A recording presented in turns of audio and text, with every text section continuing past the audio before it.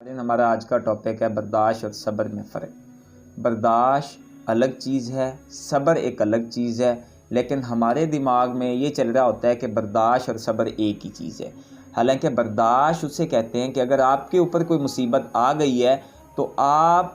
اندر ہی اندر جلتے رہیں، اپنی بے بسی کے ذریعے اپنے آپ کو نقصان پہنچاتے رہیں۔ صبر بالکل اس کے برعکس ہے، صبر بالکل اس کے اپوزٹ ہے۔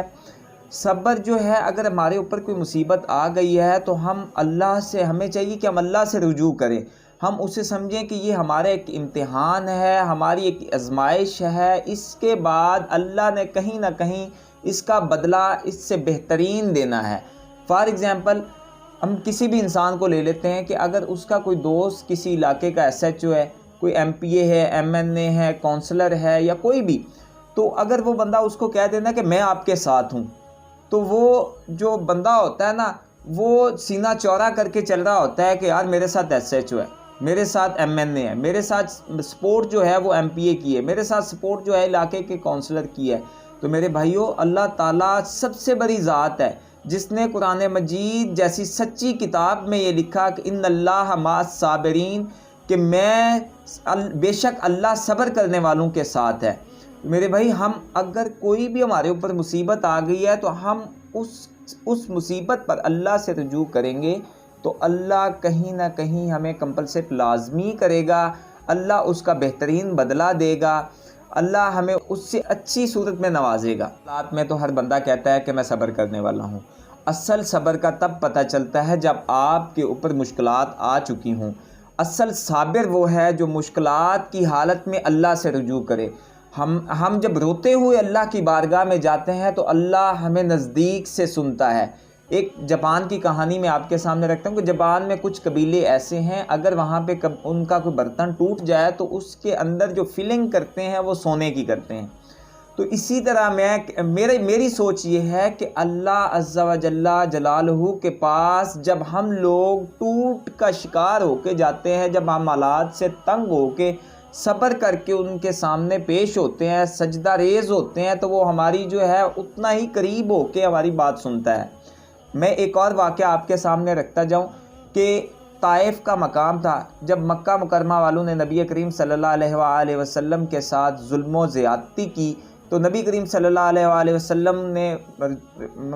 وسلم نے سوچا کہ میں طائف کی طرف تبلیغ کے لیے جاتا ہوں، کیونکہ طائف والے قریش قبیلے کے رشتہ دار بھی تھے۔ جب نبی کریم صلی اللہ علیہ وآلہ وسلم طائف والوں کے پاس گئے تو وہاں کے سرداروں نے، جو بڑے 3 سردار تھے،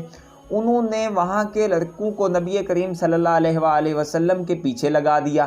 اور بچوں کو کہا،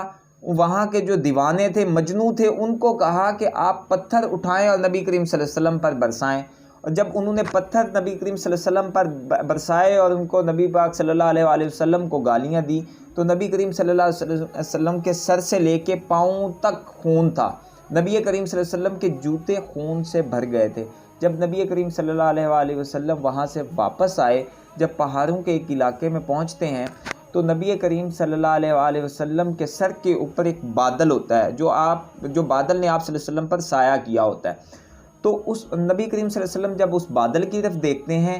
تو ان بادلوں میں حضرت جبریل علیہ السلام نمودار ہوتے ہیں اور عرض کرتے ہیں کہ یا رسول اللہ صلی اللہ علیہ وآلہ وسلم، میرے ساتھ یہ فرشتہ پہاڑوں کا ہے، اگر آپ حکم دیں تو مکہ کے دونوں پہاڑوں کو ہم آپس میں ملا کر ان طائف کے علاقے والوں کو نیست و نابود کر دیں، تباہ و برباد کر دیں۔ صبر کا پیمانہ دیکھیں نبی کریم صلی اللہ علیہ وآلہ وسلم کا، کہ آپ صلی اللہ علیہ وسلم نے پھر بھی یہی بات کی کہ اللہ بہترین جزا دینے والا ہے، اور میں اللہ سے دعا کرتا ہوں کہ اللہ ان کی آنے والی نسلوں میں اسلام لے کے آئے، آنے والی نسلوں میں مسلمان پیدا کرے۔ اور ایسا ہی ہوا کہ ان کی آنے والی پوری کی پوری نسل جو ہے وہ آج مسلمان ہو گئی۔ اس لیے میرے بھائیوں،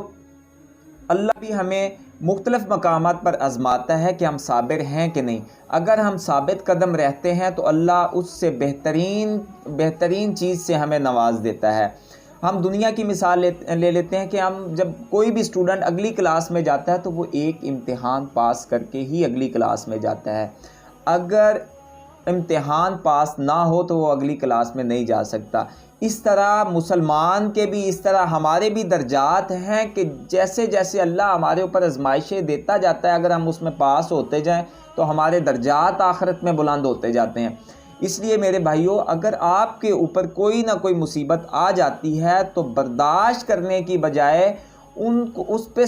صبر کریں اور ثابت قدم رہیں، اللہ سے رجوع کریں، کیونکہ برداشت کا حکم نہیں ہے، ہمیں صبر کا حکم ہے۔ اس لیے ہمارا صبر کا پیمانہ جو ہے وہ لبریز نہیں ہونا چاہیے، ہمیں صبر کو ساتھ لے کے چلنا چاہیے، کیونکہ ہم صبر پہ یقین رکھیں گے تو اللہ تعالی ہمارے ساتھ ہے۔ اللہ نے قرآن مجید میں واضح فرمایا کہ ان اللہ مع الصابرین، اگر کوئی بندہ صبر کرتا تو میں اس کے ساتھ ہوں۔ امید کرتے ہیں کہ ہماری یہ ویڈیو آپ کو اچھی لگی ہوگی۔ اگر آپ نے ابھی تک ہمارا چینل سبسکرائب نہیں کیا تو ہمارا چینل سبسکرائب کریں، بیل آئیکن پر کلک کریں۔ اللہ حافظ۔